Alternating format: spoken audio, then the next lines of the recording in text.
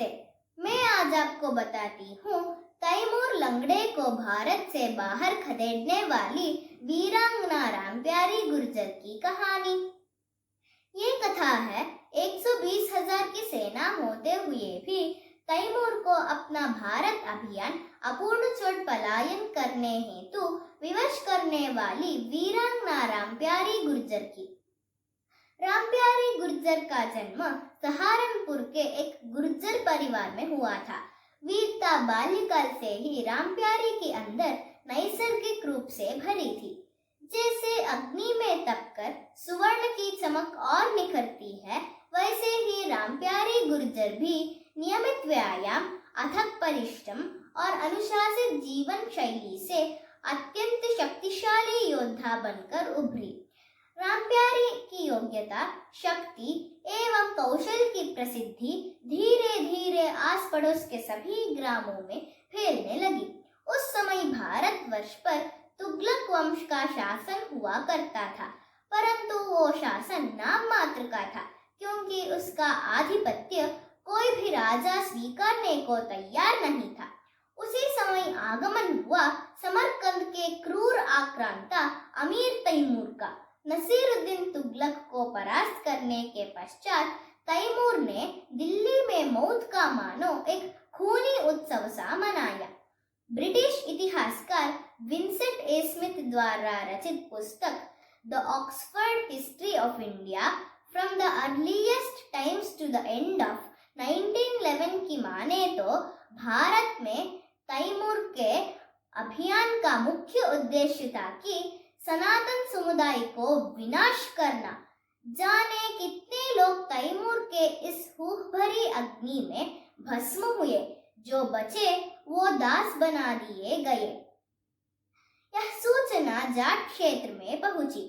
जाट क्षेत्र में आज का हरियाणा और पश्चिमी उत्तर प्रदेश के कुछ भाग आते हैं। जाट क्षेत्र के तत्कालीन प्रमुख देवपाल ने महापंचायत का आयोजन किया। इस महापंचायत में सभी समुदायों से यह निवेदन किया कि वे अपने सभी मतभेद भुलाकर एक हो और तैमूर को उसी की भाषा में जवाब कर न केवल सनातन समुदाय की रक्षा करे, वरन समूचे भारतवर्ष के लिए एक अनुपम उदाहरण पेश करे। अंततः सभी समुदायों की सहमति से महापंचायत ने तैमूर की सेना से छापामार युद्ध लड़ने की रणनीति बनाई।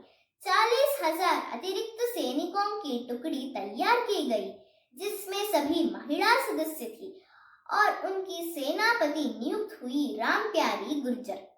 वीर रामप्यारी गुर्जर ने देश रक्षा हेतु शत्रु से लड़कर प्राण देने की प्रतिज्ञा की। 40,000 ग्रामीण महिलाओं की सेना को युद्ध विद्या के प्रशिक्षण भी रामप्यारी गुर्जर ने की। गुप्तचरों के सूचना के अनुसार तैमूर अपनी विशाल सेना के साथ मेरठ के ओर कूच कर रहा था। सेनापति जोगराज सिंह गुर्जर का सूचना के अनुसार तैमूर के रास्ते में आने वाले हर गांव खाली करवाया गया।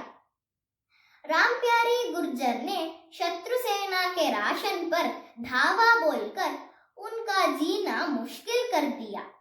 दिन में महाबली जोगराज सिंह गुर्जर के लड़ाके शत्रु सेना पर आक्रमण कर देते और रात में रामप्यारी गुर्जर और अन्य वीरांगनाओं ने शत्रु के शिविरों पर आक्रमण कर देती। रामप्यारी का आक्रमण इतना सटीक और त्वरित होता था कि वे गाजर मूली की तरह काटे जाते थे। महिलाओं के इस आक्रमण से तैमूर की सेना के दैहिक और मनोबल दोनों कुंठित हो गई। इस तरह घायल और परेशान तैमूर अपनी जान बचाते हुए अपनी बची कुची सेना के साथ भाग गया। अंततः सन 1405 में उसी घाव में बढ़ते संक्रमण के कारण उसकी मृत्यु हो गई।